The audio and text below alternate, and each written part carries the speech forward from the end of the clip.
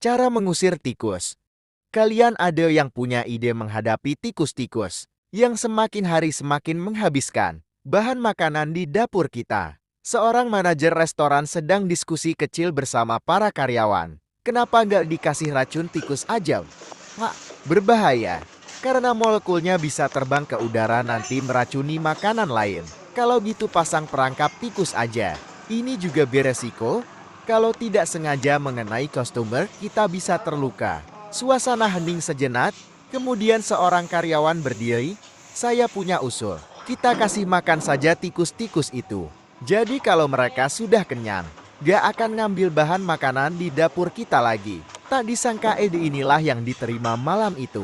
Maka dimulailah strategi tersebut. Setiap hari makanan yang disukai tikus dipotong kecil-kecil dan diletakkan di jalur yang biasa mereka lewati.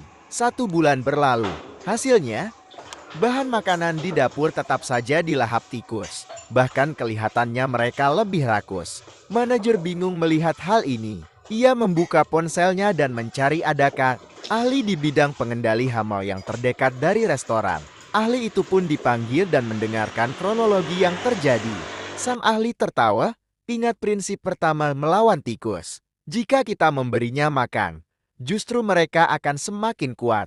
Cerita ini hanya fiksi. Sebab hanya di dunia fiksi ada orang yang mengusir tikus dengan cara memberi makan. Aneh sekali bukan?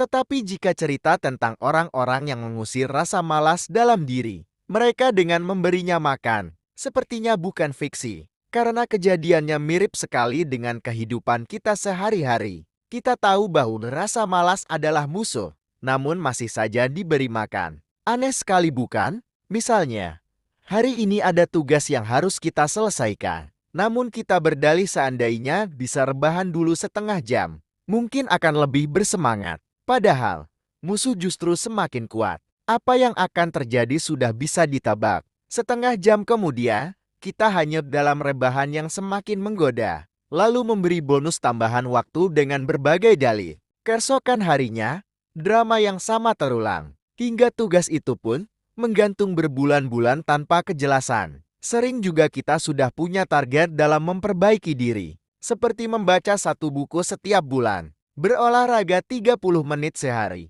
dan sebagainya. Namun begitu mau dilakukan kita merasa butuh. Refreshing otak terlebih dahulu dengan membuka YouTube dan Instagram. Sudah pasti target hanya menjadi target tanpa pernah berubah menjadi pencapaian. Ingat prinsip pertama melawan musuh. Jika kita memberinya makan, justru mereka akan